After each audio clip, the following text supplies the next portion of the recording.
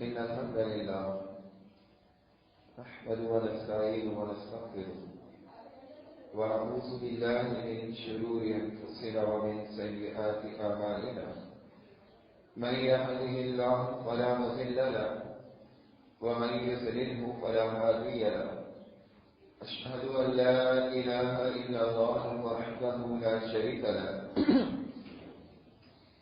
وأشهد أن محمدا عبده ورسوله أما بعد اللهم صل على محمد وعلى آل محمد كما صليت على إبراهيم وعلى آل إبراهيم إنك حميد مجيد اللهم بارك على محمد وعلى آل محمد كما باركت على إبراهيم وعلى آل إبراهيم إنك حميد مجيد أعوذ بالله السميع العليم من الشيطان الرجيم من همزه ونفخه ونفثه بسم الله الرحمن الرحيم يا أيها الذين آمنوا اتقوا الله حق تقاته ولا تموتن إلا وأنتم مسلمون يا أيها الناس اتقوا ربكم الذي خلقكم من نفس واحدة وخلق منها زوجها وبث منهما رجالا كثيرا ونساء واتقوا الله الذي تساءلون به والأرحام إن الله كان عليكم رقيبا يا أيها الذين آمنوا اتقوا الله وقولوا قولا سديدا يصلح لكم أعمالكم ويغفر لكم ذنوبكم ومن يطع الله ورسوله فقد فاز فوزا عظيما وقال الله في مقام آخر وإذا بشر أحدهم بالأنثى ظل وجهه مسودا وهو كظيم. اللہ تعالیٰ نے اسلام کے ذریعے جو انسان کو عزت دی ہے، انسان اس عزت کا تصور بھی نہیں کر سکتا. اسلام ایک ایسا دین ہے جس نے ہر شعبے کے لوگوں کو ہر اعتبار سے بلندیوں اور رفعتوں پر پہنچایا ہے. اللہ رب العزت نے اس دین کے ذریعے ہر شخص کو اس کا صحیح مقام دیا ہے. فَمَنْ كَانَ يُرِيدُ الْعِزَّةَ فَلِلَّهِ الْعِزَّةُ جَمِيعًا. جو شخص عزت چاہتا ہے، عزت ساری کی ساری اللہ کے پاس ہے. اللہ تعالیٰ وہ جسے چاہتا ہے عزت دیتا ہے اور جسے چاہتا ہے اللہ تعالیٰ رسوائی اور ذلت اس کے مقدر میں کر دیتا ہے. دور جاہلیت کے اندر اسلام سے پہلے عورت کو کوئی عزت حاصل نہ تھی. معاشرتی طور پر عورت کو نیچ اور غلیظ سمجھا جاتا تھا. اس کی پیدائش پر لوگ غمگین ہو جاتے تھے. نہ بیٹی ہونے کی حیثیت سے اس کی کوئی عزت تھی، نہ بیوی ہونے کی حیثیت سے اسے عزت دی جاتی تھی، اور نہ ہی ماں کو وہ مقام دیا جاتا تھا جو اسلام نے آ کر دی. عورت 4 مراحل سے گزرتی ہے. بچپن میں بیٹی اور بہن ہوتی ہے، اسلام نے اسے وہاں پر بھی عزت دی. پھر عورت بیوی بنتی ہے، اسلام نے اسے اس مقام پر بھی عزت دی. پھر عورت ماں بنتی ہے، اسلام نے اسے اس مقام پر بھی عزت دی. دور جاہلیت میں مشرکین بیٹیوں کو آر سمجھا کرتے تھے. بیٹیوں کو بوجھ سمجھا کرتے تھے اور بیٹیوں کی پیدائش پر پریشان اور غمگین ہو جاتے. خود قرآن نے کہا وَإِذَا بُشِّرَ أَحَدُهُم بِالْأُنثَىٰ ظَلَّ وَجْهُهُ مُسْوَدًّا وَهُوَ كَظِيمٌ. جب انہیں خوشخبری دی جاتی ہے، جب انہیں بشارت دی جاتی ہے، کس بات کی؟ بالانثیٰ، بیٹیوں کی. کسی کے ہاں بیٹی کی ولادت ہوتی، اللہ اس سے خوشخبری کہہ رہا ہے. ہمارے ہاں بیٹی کی پیدائش پر بھی خوشی نہیں منائی جاتی. بیٹے کی پیدائش پر ہم سمجھتے ہیں کہ مبارکباد دینا ہے، لیکن اللہ فرما رہا ہے، بات کا انداز دیکھیے. اللہ فرما رہا ہے وَإِذَا بُشِّرَ أَحَدُهُم بِالْأُنثَىٰ، جب انہیں بیٹیوں کی خوشخبری دی جاتی ہے، ظَلَّ وَجْهُهُ مُسْوَدًّا، ان کے چہرے سیاہ پڑ جاتے ہیں، چہرے کالے پڑ جاتے ہیں. چہرے کالے پڑنے سے معنی کیا ہے؟ اس سے مراد کیا ہے؟ کیا جب بیٹی کی خوشخبری ملتی ہے رنگ بدل جاتے ہیں؟ نہیں، انسان غمگین ہو جاتا تھا، پریشان ہو جاتا تھا. تو اللہ نے کہا ظَلَّ وَجْهُهُ مُسْوَدًّا. قرآن مجید سورہ نحل 14واں سپارہ، ہمارے ان کے چہرے سیاہ پڑ جاتے ہیں، غمگین ہو جاتے ہیں. اب سوچنا ہے کہ اس کو رکھوں یا پھر زندہ رکھنا. وہ لوگ اتنا آپ سمجھتے تھے. ثابت بن قیس رضی اللہ عنہ جب اسلام لے کر آئے، نبی علیہ السلام کے پاس آئے اور آ کر کہنے لگے کہ میں نے اپنی 8 بیٹیاں زندہ دفنائی ہیں. 8 بیٹیاں. اور پریشان تھے. فرمایا کہ اللہ تعالیٰ نے اسلام کو سابقہ گناہوں کا کفارہ بنا دیا. وہ اس ولادت پر اتنا پریشان ہوتے کہ بچیوں کو زندہ دفنا دیتے. ایک شخص ایک بار نبی علیہ السلام کے پاس آیا اور آ کر کہنے لگا، طبرانی اوسط کی روایت ہے، آ کر کہنے لگا کہ اللہ کے رسول صلی اللہ علیہ وسلم، میرا ایک گناہ ہے جو مجھ سے گناہ ہو گیا تھا. اگر آپ مجھے اس گناہ کی مغفرت کی ضمانت دیں تو میں اسلام قبول کرتا ہوں. نبی علیہ السلام نے کہا کہ اسلام گزشتہ تمام گناہوں کو مٹا دیتا ہے. جب کوئی شخص اسلام قبول کرتا ہے اس کے ساتھ سارے گناہ مٹ جاتے ہیں. اس نے کہا میرا گناہ بڑا بھاری ہے، بہت بڑا ہے. نبی علیہ السلام نے کہا گناہ کتنا بھی بڑا گناہ، اسلام سابقہ گناہوں کو مٹا دیتا ہے. وہ پھر اصرار کرنے لگا کہ میرا گناہ بڑا ہولناک ہے. تجسس پیدا ہو جاتا ہے کہ اچھا گناہ کیا ہے. آپ اس سے پوچھتے ہیں کہ گناہ کیا ہے، کس گناہ کی بارے اتنا اصرار ہو رہا ہے کہ میرا یہ گناہ بھی معاف ہو جائے گا، یہ غلطی بھی معاف ہو جائے گی. کہنے لگا کہ دور جاہلیت کے اندر مجھے سفر پہ جانا تھا اور میرے ہاں ولادت متوقع تھی. میں اپنی بیوی سے کہہ کر گیا کہ اگر بیٹی ہو تو دفنا دینا. ان کی سمجھنی دیکھیے، وہ زندہ دفنا دیتے تھے، اپنے ہاتھوں سے مار کے نہیں دفناتے تھے. انسان کتنا پتھر دل ہوتا ہے کہ اپنی ہی اپنے جگر کو اپنے ہاتھوں سے مٹی میں ڈال کر، مٹی میں رکھ کر اوپر سے مٹی ڈال دیتے تھے. اس نے کہا کہ جب میں جانے لگا تو میں نے اپنی بیوی سے کہا کہ اگر بیٹی ہو تو دفنا دینا اور بیٹا ہو تو رکھ لینا. کہا کہ میں چلا گیا. اس دور کے سفر ایسے نہ تھے جیسے آج کل ہے کہ ہم سفر میں گئے اور 1 ہفتے میں گھر واپس لوٹ آئے. اس وقت سواریاں اونٹ یا گھوڑا تھی یا انسان پیدل جاتا تھا. کئی سال کے بعد گھر واپس لوٹا۔ اب یہ شخص جب واپس لوٹا 2.5-3 برس بیت چکے تھے۔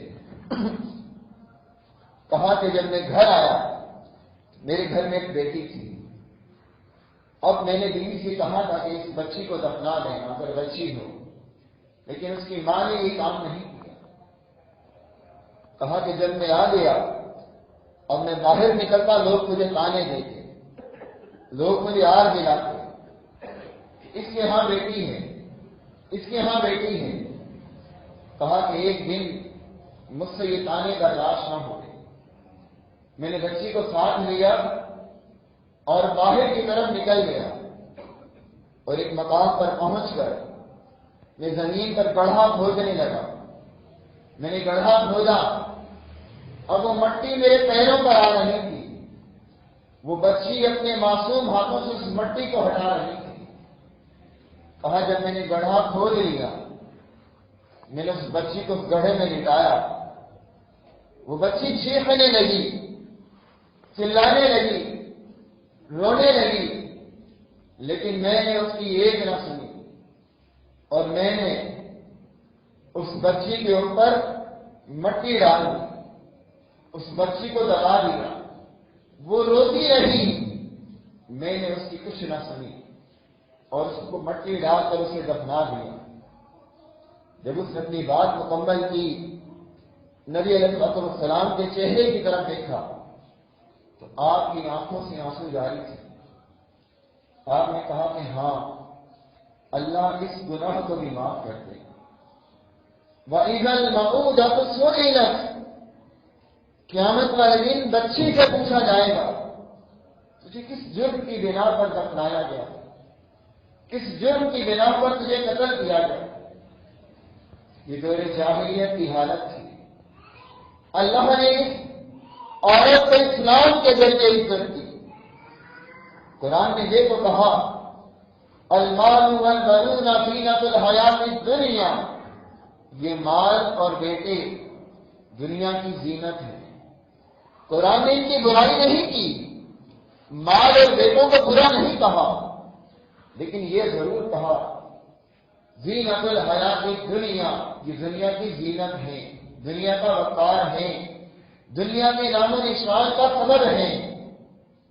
لیکن بیٹیوں کے متعلق نبی علیہ السلام نے کہا کہ جسے اللہ نے 3 بیٹیاں دی، ایک روایت میں ہے آپ سے پوچھا گیا جو آپ نے سنایا کہ جسے اللہ نے 2 بیٹیاں دی اور پھر اس نے ان کی پرورش کی، ان کی تعلیم اور تربیت کا اہتمام کیا، انہیں سکھلایا، پڑھایا، کھلایا اور پھر ان کا نکاح کر دیا۔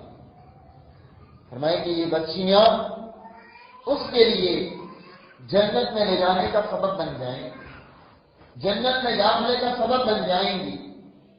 جس شخص نے بچیوں کی تربیت کی اور اچھے انداز میں کی، بیٹوں کو ترجیح نہ دی بیٹیوں پر، وہ قیامت والے دن نبی علیہ السلام کے ساتھ ہو۔ سید عائشہ رضی اللہ تعالیٰ عنہ فرماتی ہیں میرے پاس ایک عورت آئی اور آ کر مجھ سے سوال کرنے لگی، مجھ سے کہنے لگی مجھے کچھ دو۔ کہا کہ میں نے میرے پاس 3 کھجوریں تھیں، میں نے اس عورت کو دے دی۔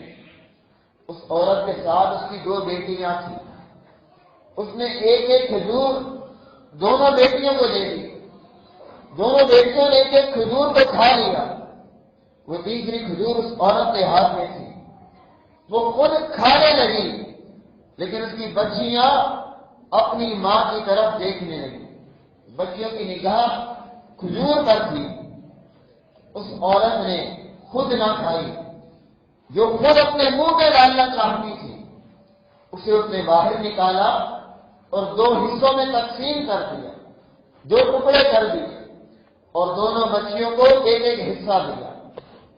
نبی علیہ السلام آئے، میں نے یہ کیفیت دیکھی، مجھے بڑا عجیب محسوس ہوا۔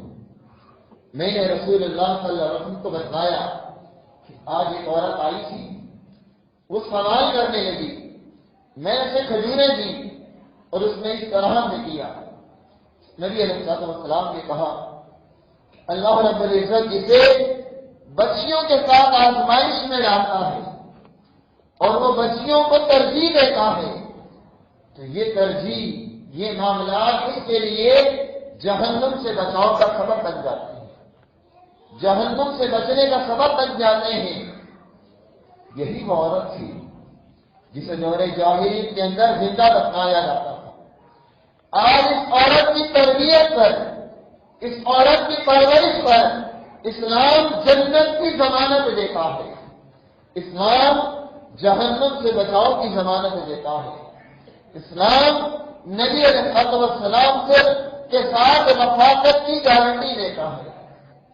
ان بچوں کی تربیت پر یہ ضمانت اور گارنٹی دی جا رہی ہے۔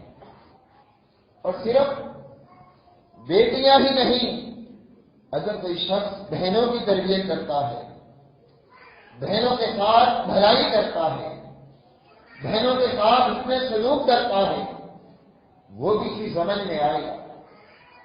بچیوں کی پیدائش پر غمگین ہونا آج ہمارے معاشرے کا حصہ ہے۔ ہم اپنے گریبان میں جھانکیں، اپنے معاشرے کو دیکھیں، پہلی بیٹی پر تو اتنا لوگوں کو نہیں ہوتا، لیکن کسی کے ہاں دوسری یا تیسری بیٹی کی ولادت ہو، لوگ پریشان ہو جاتے ہیں۔ ایمانداری سے بتائیے کہ یہ ماحول نہیں ہے ہمارے معاشرے کا جو مشرکین مکہ کا تھا۔ وَإِذَا بُشِّرَ أَحَدُهُم بِالْأُنثَىٰ ظَلَّ وَجْهُهُ مُسْوَدًّا وَهُوَ كَظِيمٌ، کہ بیٹی کی بشارت پر ان کے چہرے غمگین ہو جاتے تھے، سیاہ پڑ جاتے تھے، پریشان ہو جاتے تھے۔ آج ہم بھی سوچتے ہیں کہ اب کیا ہوگا، اللہ نے ہمیں بیٹیاں دے دی، یہ تو دور جاہلیت کی بات ہے۔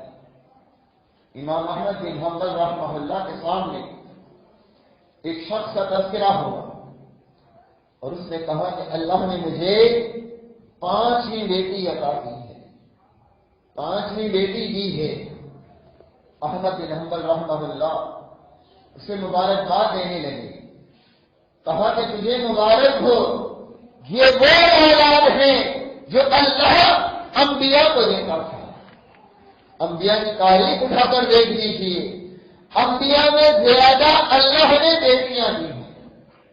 خود نبی علیہ السلام کو اللہ نے 4 بیٹیاں دی، آپ کے 7 بچے تھے، 3 بیٹے اور 4 بیٹیاں، لیکن بیٹے آپ کے بچپن میں ہی فوت ہو گئے، پیدائش کے کچھ عرصے بعد ہی۔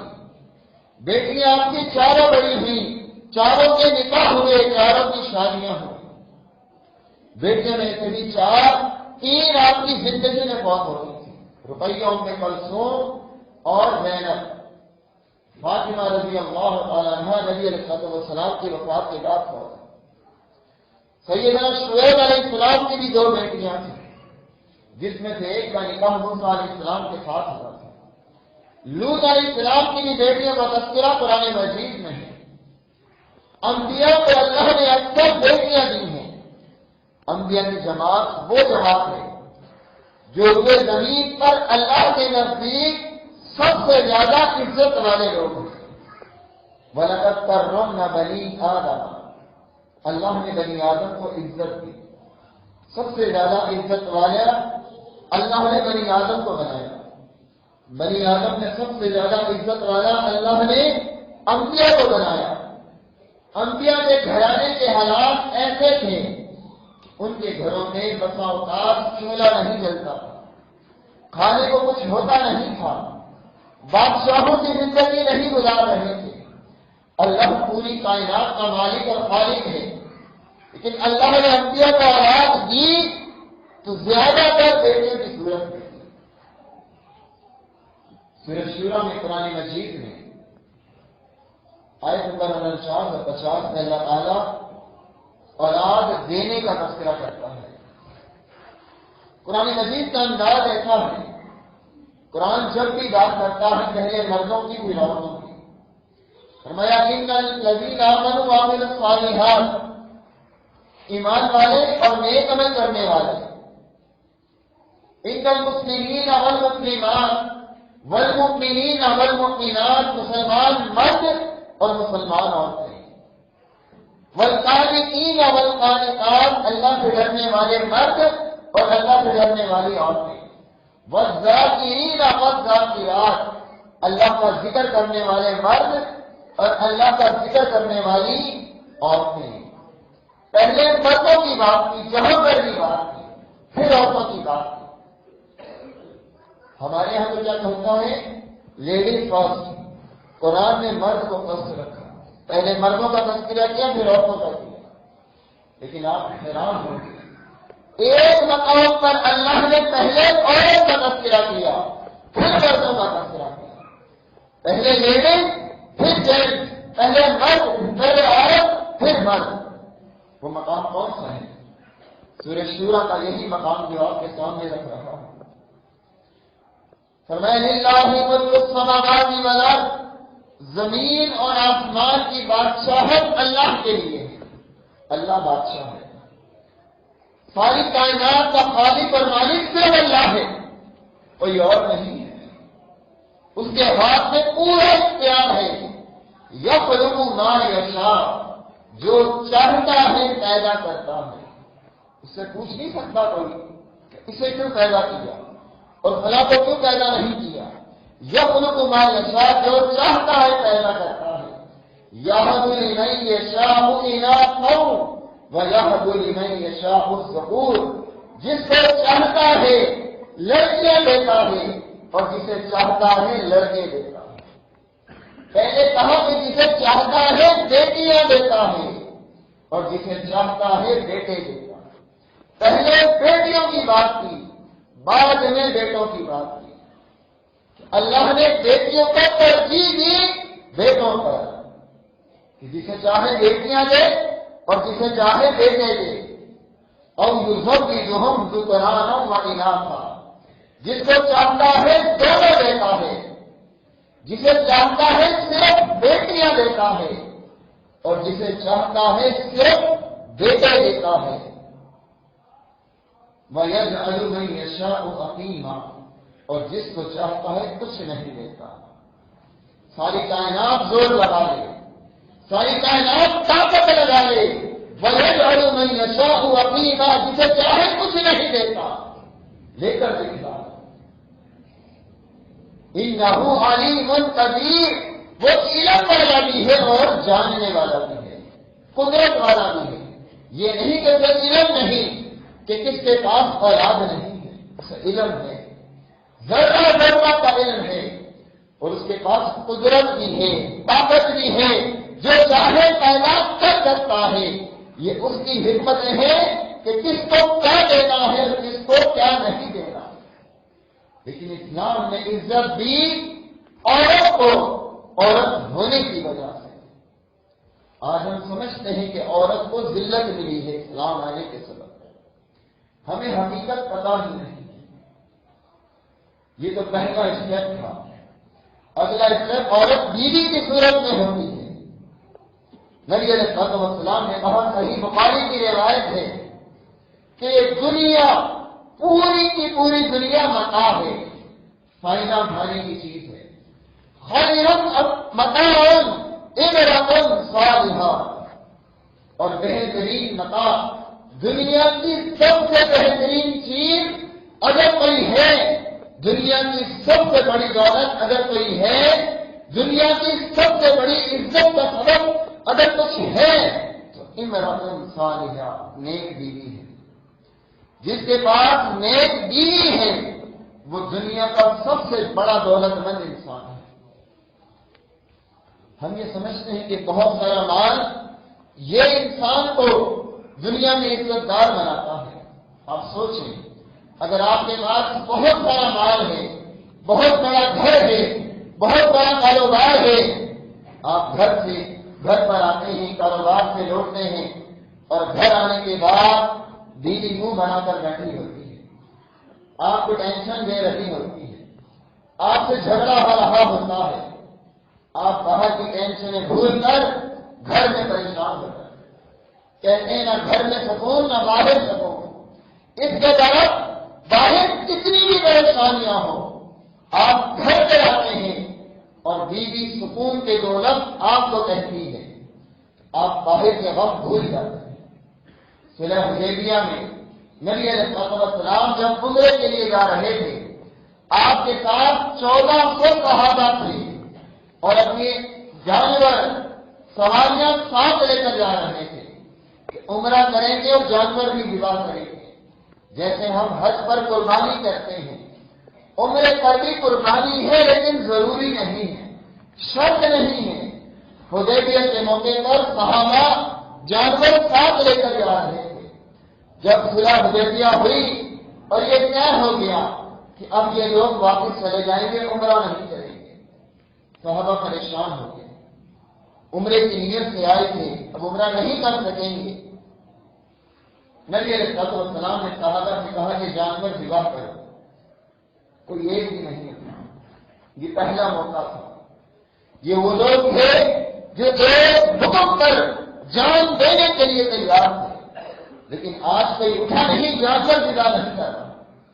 نبی علیہ السلام غمگین ہو گئے، اپنے خیمے میں آئے، خیمے میں آپ کی بیوی ام سلمہ رضی اللہ تعالیٰ عنہا تھی۔ پوچھا کہ رسول صلی اللہ علیہ وسلم سے کہ آپ پریشان کیوں ہیں؟ کہا کہ میں نے یہ کہا کہ جانور ذبح کرو، کوئی کھڑا نہیں ہوا، کسی نے جانور ذبح نہیں کی۔ ام سلمہ رضی اللہ تعالیٰ عنہا بیوی تھی، بھڑکایا نہیں، ورگلایا نہیں، کہا کہ آپ کے پاس بھی جانور ہے، آپ باہر نکلیں، اپنے جانور کو ذبح کریں۔ جب لوگ یہ دیکھیں گے کہ آپ نے جانور ذبح کر دیا، پھر لوگ بھی جانور ذبح کریں گے، انہیں یہ امید ختم ہو جائے گی کہ ہم آگے جائیں گے، ہم عمرے پہ جائیں گے۔ نبی علیہ السلام خیمے سے باہر نکلے اور جانور کو ذبح کیا۔ جب آپ نے اپنے جانور کو ذبح کیا تو سارے لشکر اپنے جانور ذبح کر دیے۔ یہاں سے یہ بھی پتا چلا کہ عورت بھی کوئی مشورہ اچھا دے تو یہ کہہ کر رد نہیں کیا جا سکتا کہ یہ عورت ہے۔ اس کے مشورے کو بھی نبی علیہ السلام نے بھی مانا۔ مقام بیوی کی حیثیت سے جو اسلام نے عورت کو دیا وہ کسی اور کے حصے میں نہیں ہے۔ پھر عورت ماں کے رتبے میں آتی ہے۔ نبی علیہ السلام کے پاس ایک شخص آیا اور آ کر اس نے کہا کہ مجھ پر سب سے زیادہ حق کس کا ہے؟ آپ نے فرمایا تیری ماں کا۔ اس نے پھر پوچھا پھر کس کا ہے؟ فرمایا تیری ماں کا۔ اس نے پھر پوچھا پھر کس کا ہے؟ فرمایا تیری ماں کا۔ اس نے پھر چوتھی بار پوچھا تو فرمایا تیرے باپ کا۔ اسلام نے اگر حق دیا مجھ پر، آپ پر، کسی بھی انسان پر، سب سے زیادہ حق کس کا ہے؟ ایک عورت کا جو ہماری ماں ہے۔ پھر اس کے بعد پھر اسی کا حق ہے، پھر اس کے بعد پھر اسی کا حق ہے کوئی ایسا دین؟ ہم نے دین کو صحیح پیش ہی نہیں کیا، ہم نے بتایا ہی نہیں کہ اسلام نے عورت کو عزت کتنی دی ہے، جس کا تصور دنیا کے کسی دین میں نہیں ہے، کسی فلسفے، کسی قانون، کہیں پر بھی ایسا تصور نہیں ہے۔ اللہ نے جو عزت اسلام کے ساتھ عورت کو دی ہے وہ کہیں اور نہیں دی۔ اب یہ تو ہماری کمی اور کوتاہی ہے کہ ہم اس مقام کو سمجھتے نہیں، اس عزت اور رفعت کو اپناتے نہیں۔ اللہ تعالیٰ مجھے اور آپ کو کی توفیق عطا فرمائے۔ اقول قولی ھذا واستغفر اللہ لي ولکم وآخر دعوانا ان الحمد للہ رب العالمین۔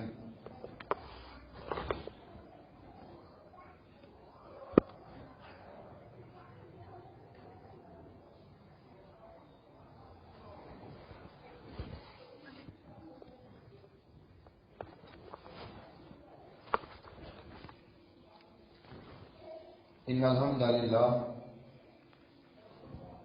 نحمده ونستعينه ونستغفره ونعوذ بالله من شرور أنفسنا ومن سيئات أعمالنا من يهده الله فلا مضل له ومن يضلله فلا هادي له أشهد أن لا إله إلا الله وحده لا شريك له وأشهد أن محمدا عبده ورسوله أما بعد۔ اسلام میں خواب کی کوئی اہمیت نہیں ہے، میرے یا آپ کے خواب کی کوئی اہمیت اور حقیقت ہو۔ ہماری ذاتیات کے لیے تو ہو سکتے ہیں لیکن دین کا حصہ نہیں۔ دین کا حصہ صرف نبی علیہ السلام کا خواب ہے، وہ دین ہے اور اللہ کی وحی ہے۔ باقی ہمارے اور آپ کے خواب، اگر کوئی شخص کوئی اچھا خواب دیکھے تو بطور اصطلاح کسی کو بتایا جا سکتا ہے لیکن اسے دین اور دلیل نہیں بنایا جا سکتا۔ اسی طرح ایک خواب، ایک محدث ہیں، ان کے ہاں 6 بیٹیاں تھیں، اللہ تعالیٰ نے انہیں 6 بیٹیاں دی تھیں، 7ویں بچے کی ولادت متوقع تھی۔ انہوں نے کہا اپنی بیوی سے کہ اب اگر بیٹا نہ ہوا تو میں تمہیں طلاق دے دوں۔ ہمارے یہاں یہ معاملات ہوتے ہیں کہ بیٹی کی ولادت پر طلاق دی جاتی ہے، گھر ختم کیے جاتے ہیں، نکاح توڑے جاتے ہیں۔ اللہ تعالیٰ بسا اوقات کسی بندے کی اصلاح کا کوئی سبب بنا دیتا ہے۔ وہ کہتے ہیں کہ رات میں سویا تو میں نے خواب میں دیکھتا ہوں کہ قیامت کا دن، محشر کا میدان، ہولناکی کا عالم اور فرشتے میں دیکھ رہا ہوں۔ اللہ کی طرف سے حکم آتا ہے کہ اس شخص کو جہنم میں ڈال دو، اس شخص کو جہنم میں ڈال دو۔ کا فرشتے آئے، انہوں نے مجھے پکڑا اور جہنم کی طرف لے گئے۔ جب جہنم کے دروازے پر پہنچے تو میری بیٹی وہاں کھڑی تھی، وہ آڑ بن گئی ہے۔ حدیث بھی یہی ہے کہ یہ بچیاں جن کی انسان نے تربیت صحیح کی ہوگی اس کے لیے جہنم سے آڑ بن جائیں گی، رکاوٹ بن جائیں گی۔ کہا کہ میری بچی دروازے پر کھڑی تھی، دروازے کو روک کر فرشتوں کو حکم ہوا اس کو دوسرے دروازے پر لے جاؤ۔ کہا جب دوسرے دروازے پر پہنچے تو وہاں دوسری بیٹی تھی، وہ آڑ بن کے کھڑی تھی۔ فرشتوں کو حکم ہوا اسے تیسرے دروازے پر لے جاؤ۔ تیسرے پر پہنچے تو وہاں تیسری بیٹی تھی۔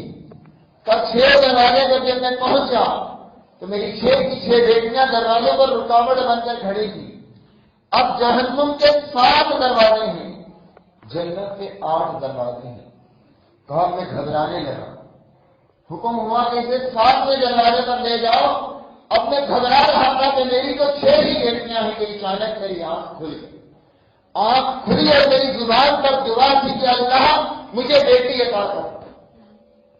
کہاں وہ شخص یہ سوچ رہا تھا کہ بیٹی ہوئی تو اس عورت کو فارغ کر دوں گا، تو کہاں اللہ نے اسے ذرا بھی جھلک دکھا کر جھنجھوڑ دیا۔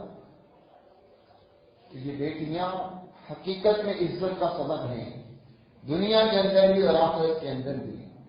اللہ تعالیٰ ہمیں توفیق دے کہ ہم اسلام کے مطابق ان کی تعلیم و تربیت کریں، اور کسی کے ہاں بھی بیٹی ہو تو اسے عیب یا برا نہ سمجھیں، دل کو تنگ محسوس نہ کریں۔ بیٹا ہوتا تو بڑی خوشی کے ساتھ مبارکباد دیتے ہیں، ہمارے چہرے کے خد و خال کچھ اور ہوتے ہیں۔ بیٹی ہوتی ہے تو ہم تو سوچتے مبارک بھی دی جائے یا نہ دی جائے، اسے کچھ کہا جائے یا نہ کہا جائے، ہم خود غمگین ہوتے ہیں۔ یہ مشرکین مکہ کا وظیفہ تھا ان کا جو بتوں کے پجاری تھے، اسلام کا نہیں۔ اسلام میں تو ترجیح ہی پہلے بیٹیوں کو دی۔ اللہ تعالیٰ ہم سب کو توفیق عطا فرمائے۔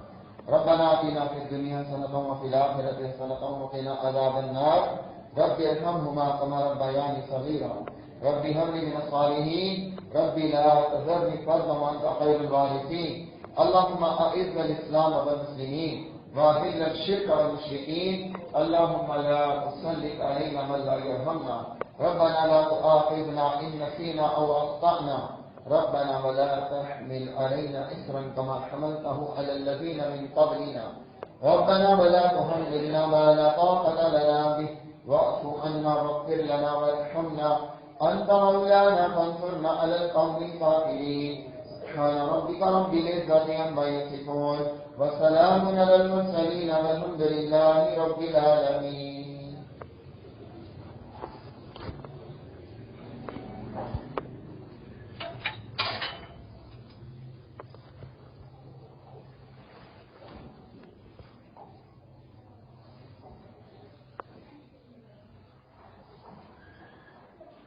الله أكبر الله أكبر. أشهد أن لا إله إلا الله. أشهد أن محمدا رسول الله. حي على الصلاة حي على الفلاح قد قامت الصلاة قد قامت الصلاة. الله أكبر الله أكبر لا إله إلا الله.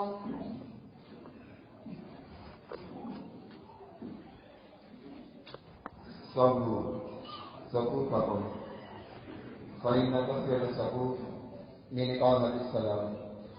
مل جائیے، قدم سے قدم اور کندھے سے کندھا ملا لیں، صفوں کو درست کر دیں. اوپر جگہ ہے مردوں کے لیے، اوپر تشریف لے جانا چاہیں اوپر تشریف لے جائیں. اللہ اکبر.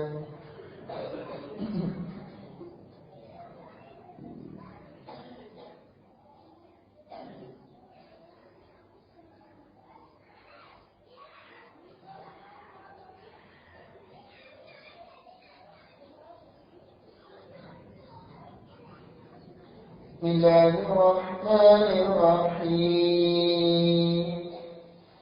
الحمد لله رب العالمين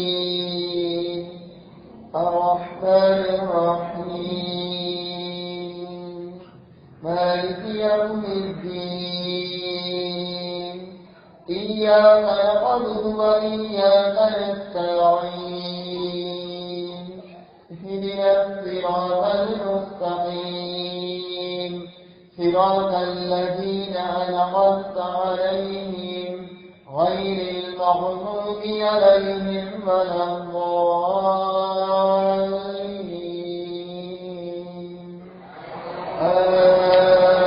آمين. بسم الله الرحمن الرحيم. سبح اسم ربك الأعلى الذي خلق فسوى والذي قدر فهدى والذي أخرج المرعى فجعله غثاء أحوى. سنقرئك فلا تنسى إلا ما شاء الله إنه يعلم الجهر وما يخفى. ويسرك لليسرى فذكر إن نفعت الذكرى فيذكر من يخشى ويتجنبها الأشقى الذي يصلى النار الكبرى ثم لا يموت فيها ولا يحيا. قد أفلح من تزكى وذكر اسم ربه فصلى. بل تؤثرون الحياة الدنيا والآخرة خير وأبقى. إن هذا لفي الصحف الأولى صحف إبراهيم وموسى. الله أكبر.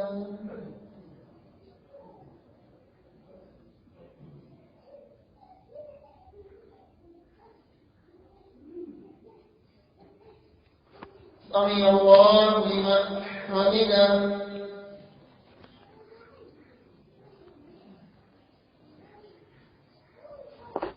الله أكبر.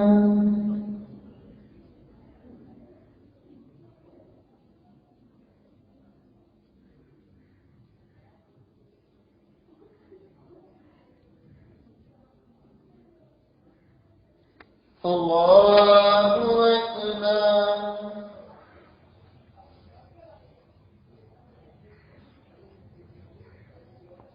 الله أكبر.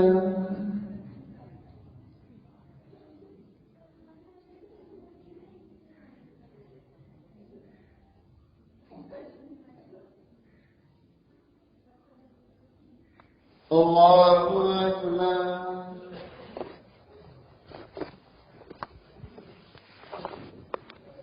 بسم الله الرحمن الرحيم. الحمد لله رب العالمين الرحمن الرحيم مالك يوم الدين. إياك نعبد وإياك نستعين اهدنا الصراط المستقيم صراط الذين أنعمت عليهم غير المغضوب عليهم ولا الضالين آمين. بسم الله الرحمن الرحيم. هل أتاك حديث الغاشية وجوه يومئذ خاشية آمنة ناصبة تصلى نارا حامية تسقى من عين آنية ليس لهم طعام إلا من ضريع لا يسمن ولا يغني من جوع وجوه يومئذ ناعمة لسعيها راضية في جنة عالية لا تسمع فيها لاغية فيها عين جارية فيها سرر مرفوعة وأكواب موضوعة ونمارق مصفوفة وزرابي مبثوثة أفلا ينظرون إلى الإبل كيف خلقت وإلى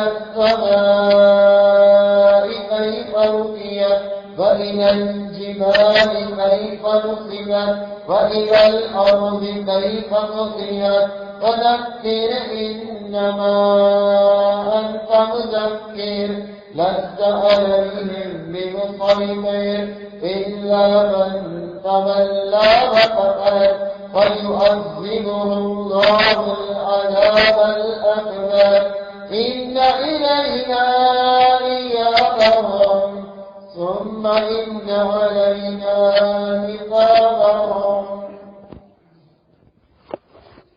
الله أكبر.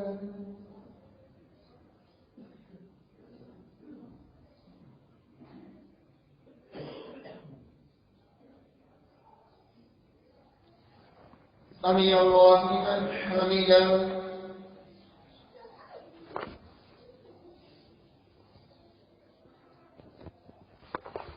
الله أكبر.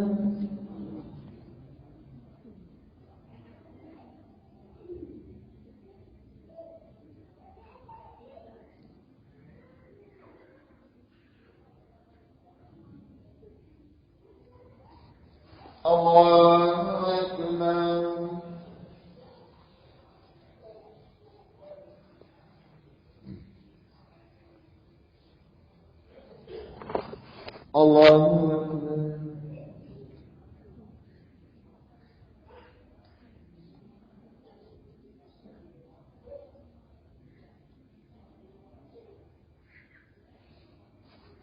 الله أكبر.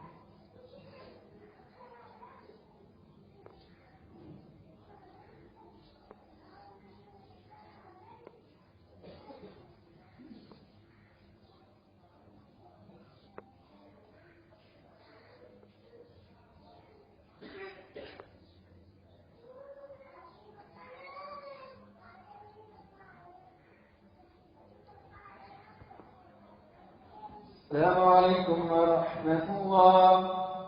السلام عليكم ورحمة الله. الله أكبر.